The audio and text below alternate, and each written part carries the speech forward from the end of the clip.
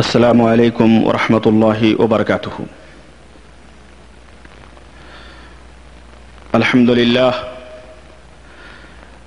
نحمده ونستعینه ونستغفره ونؤمن به ونتوکل علیہ ونعوذ باللہ من شرور انفسنا ومن سیئات اعمالنا من يهده اللہ فلا مضل له ومن يضلل فلا هادی له ونشهد ان لا الہ الا اللہ ونشهد أن محمدا عبده ورسوله أما بعد فإن خير الحديث كتاب الله وخير الهدي هدي محمد صلى الله عليه وسلم وشر الأمور محدثاتها وكل محدثة بدعة وكل بدعة ضلالة وكل ضلالة في النار. قال الله تبارك وتعالى في كلامه المجيد: اعوذ باللہ السمیع العلیم من الشیطان الرجیم، بسم اللہ الرحمن الرحیم. ان اريد الا الاصلاح ما استطعت وما توفیقی الا باللہ علیہ توکلت والیہ انیب. اللہم صل علی محمد وعلى آل محمد كما صلیت علی ابراہیم وعلى آل ابراہیم انک حمید مجید. اللہم بارک علی محمد وعلى آل محمد كما باركت على إبراهيم وعلى آل إبراهيم إنك حميد مجيد. تمام قسم کی حمد و ثناء اس اللہ وحدہ لا شریک کے لیے لائق و زیبہ ہے جس نے ہمیں اور آپ کو پیدا فرمایا. درود و سلام اس ذات مبارکہ مقدسہ پر جو ساری کائنات کے لیے رشد و ہدایت بن کر کے تشریف لائے. برادران گرامی قدر، نوجوان ساتھیوں، دوستوں اور بھائیوں، اللہ وحدہ لا شریک کا یہ فضل اور اس کا احسان ہے کہ اس نے مجھ بندے ناچیز کو یہ توفیق عطا فرمائی کہ آپ کے سامنے اسلام کی حقیقی باتیں قرآن و سنت کی روشنی میں پیش کر سکوں. اسی طرح سے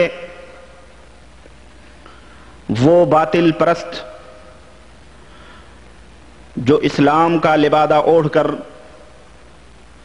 اسلام کو بدنام کر رہے ہیں، اور وہ تعلیم جو نبی رحمت صلی اللہ علیہ وسلم نے ہمیں دی ہے،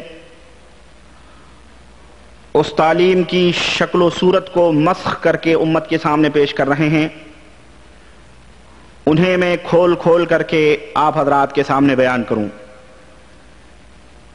قرآن کریم کی جو آیت میں نے پڑھی ہے،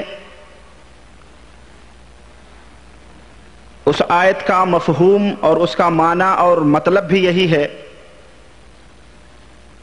کہ میرا مقصد ان تمام باتوں سے کسی کی تنقید نہیں ہے،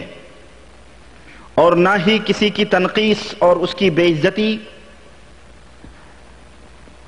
اور نہ ہی اس کی کوئی توہین ہمارے پیش نظر ہے. ان اريد الا الاصلاح، میرا مقصد صرف اصلاح کرنا ہے، اصلاح کی دعوت دینی ہے. جتنی طاقت ہے اتنی طاقت بھر میں اس دعوت کو آپ کے سامنے، پوری دنیا کے سامنے پیش کرتا رہوں گا. اور یہ صرف اللہ وحدہ لا شریک کی توفیق ہی سے، اسی کی توفیق اور اسی کے فضل و کرم سے میں یہ کر رہا ہوں، اور اسی کے اوپر میں بھروسہ کرتا ہوں، اور اسی کی طرف مجھے پلٹ کر کے جانا ہے. گزشتہ پروگرام کے حوالے سے جیسا کہ میں نے بتلایا تھا کہ صوفیوں کا عقیدہ کیا ہے، عقیدہ صوفیہ کے متعلق کچھ باتیں ہوں گی. چنانچہ گزشتہ سے پیوستہ محاضرے میں، لیکچر میں نے آپ کے سامنے کچھ حقیقتیں رکھی تھیں، اور میں نے بتایا تھا کہ میں سب سے پہلے صوفیوں کا جو عقیدہ قرآن کریم کی آیت کریمہ الا ان اولیاء اللہ، کہ اللہ کے جو دوست ہیں انہیں نہ کوئی خوف ہے نہ کوئی غم ہے، اس تعلق سے میں کچھ بتاؤں گا اور میں اس کی معلومات آپ حضرات کے سامنے پیش کر چکا ہوں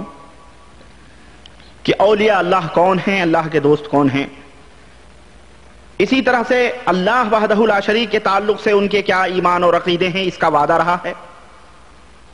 نبی کریم جناب محمد رسول اللہ صلی اللہ علیہ وسلم کے تعلق سے کچھ باتیں تھیں، اس کا بھی وعدہ رہا۔ میں نے درمیان میں کچھ ایسی باتیں کی اور اس بنا پر، اور میں نے آپ کو بتلایا بھی کہ پچھلے زمانے کے جو صوفیہ تھے ان صوفیوں کے متعلق تو میں بعد میں بات کروں گا، لیکن موجودہ دور جو ہمارے ملکوں میں اولیاء اللہ کے نام سے جنہیں لوگ جانتے اور سمجھتے ہیں اور جن کے قبروں کے اوپر گنبدیں اور قبے بنا کر کے ان کی عبادت اور پرستش کرتے ہیں،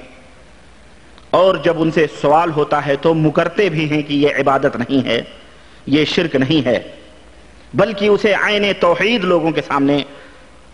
عین توحید کہا جاتا ہے کہ یہ حقیقی توحید ہے اور یہی اصل دین ہے اور یہی اصل اسلام ہے جو پیغمبر اسلام جناب محمد رسول اللہ صلی اللہ علیہ وسلم نے پیش کیا تھا۔ ایسے لوگ کذاب ہیں، جھوٹے ہیں، فریبی ہیں، امت کو دھوکہ دیتے ہیں، لیکن جب تک اس امت کے اندر حق پسند لوگ اور نبی کریم صلی اللہ علیہ وسلم کی حدیث کی روشنی میں ایسی جماعت موجود رہے گی جو ہمیشہ حق کے اوپر قائم و دائم رہے گی، جسے کسی کی ملامتوں کا، کسی کی گالیوں کا کوئی خوف اور کوئی ڈر نہیں ہوگا، بحمد اللہ ایسے لوگ موجود ہیں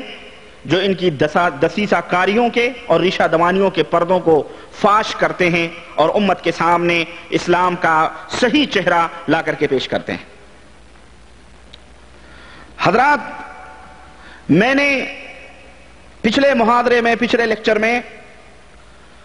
سلطان الہند حضرت خواجہ غریب النواز کے تعلق سے کچھ باتیں میں نے آپ کے سامنے پیش کی تھی، اور ان کی کتاب کے حوالے سے جو میرے ہاتھ میں اس وقت بھی موجود ہے،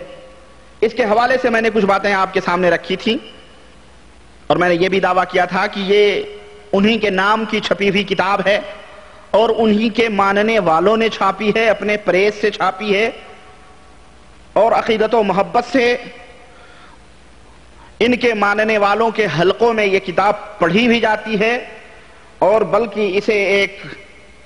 مرجع اور مصدر کی حیثیت حاصل ہے۔ چنانچہ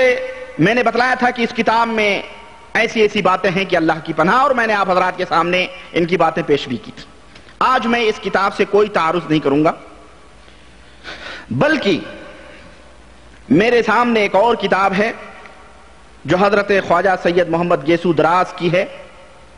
جو انہی کے قسم سے خواجہ وہ بھی ہیں، خواجہ یہ بھی ہیں، بھائی بھائی ہیں سمجھیے، اور یہ ہندوستان کے اندر گلبرگہ شریف جسے کہا جاتا ہے، وہاں ان کی بہت بڑی خانقاہ اور ان کا بہت بڑا دربار ہے، جہاں سے بر صغیر، ہند و پاک، بنگلہ دیش اور نہ جانے کہاں کہاں سے لوگ اس کی زیارت کے لیے آتے ہیں۔ آئیے میں آج اس تعلق سے کچھ باتیں آپ کے سامنے کروں گا، کچھ غوث و قطب اور ابدال کے تعلق سے کچھ باتیں ہوں گی،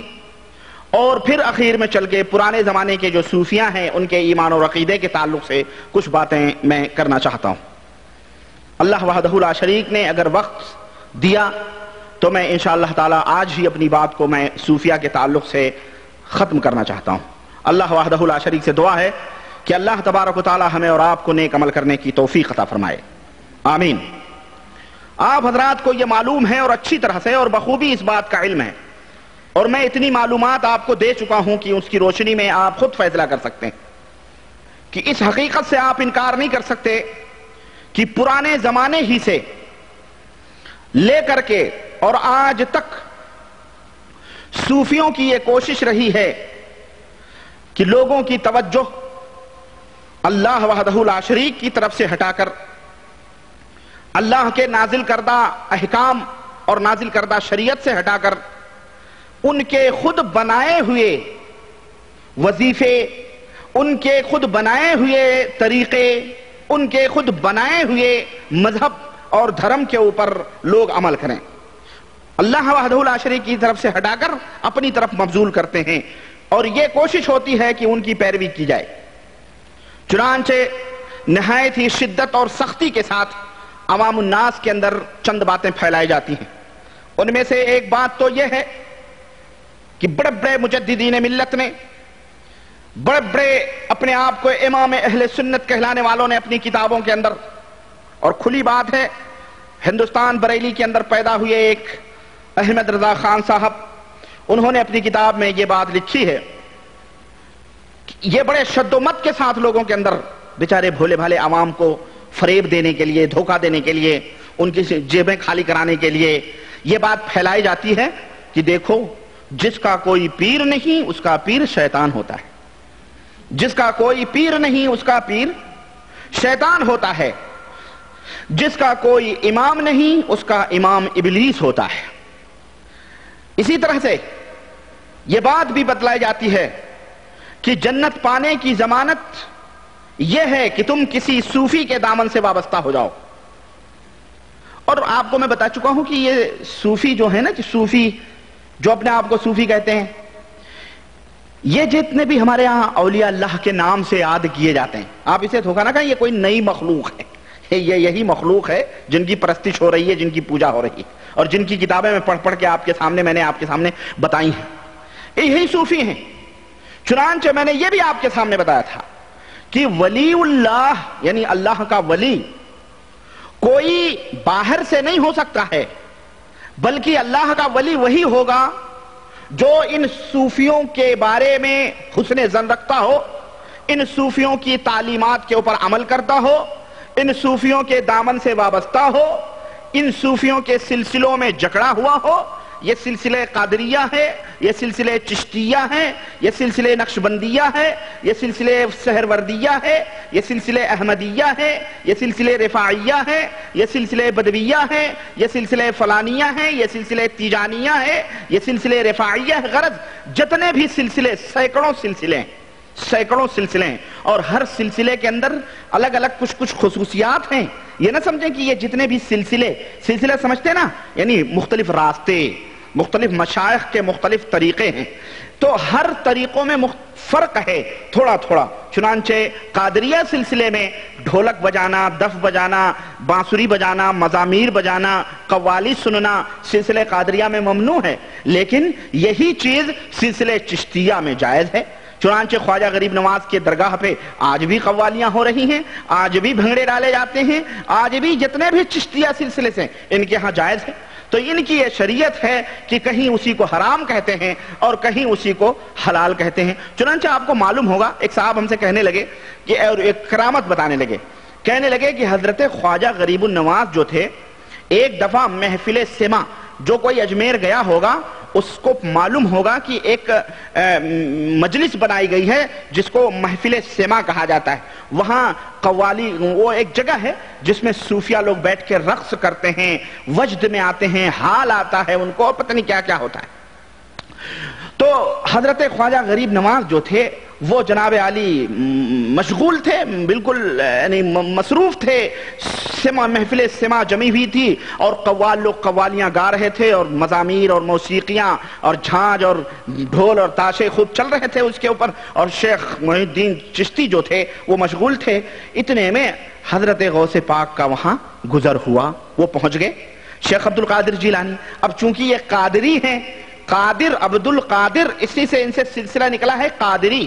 تو چونکہ یہ قادری ہیں اس لیے یہ کھڑے تھے وہیں پر ایک چھڑی لے کر کے اور ٹیک لگائے ہوئے کھڑے تھے۔ جب محفل سما ختم ہو گئی تو خواجہ صاحب کو پتا چلا کہ شیخ عبد القادر جیلانی تشریف لائے ہیں۔ چنانچہ شیخ عبد القادر جیلانی کو بلایا اور ادب سے بٹھا، کہا حضور آپ وہاں کیوں کھڑے تھے، آپ کو یہاں آنا چاہیے تھا۔ شیخ عبد القادر جیلانی نے کہا کہ معین الدین، جس وقت تم وجد کر رہے تھے اور جس دم تمہیں حال آ رہا تھا اور تم رقص کر رہے تھے، ناچ رہے تھے، تمہارے گھومنے کے ساتھ ساتھ یہ پوری زمین اور آسمان چکر لگا رہی تھی، پوری زمین و آسمان ہل رہی تھی، تم اپنی چھڑی ٹیک کر کے اس کو روکے ہوئے تھا، ورنہ پوری زمین و آسمان بے قیامت برپا ہو جاتی اور زمین و آسمان تہس نہس ہو جاتے، تو میں کھڑا ہوا تھا ٹیک لگا کر کے۔ اب جب وہ رقص ختم ہوا ہے تو اب میں نے جو ہے سکون ملا ہے۔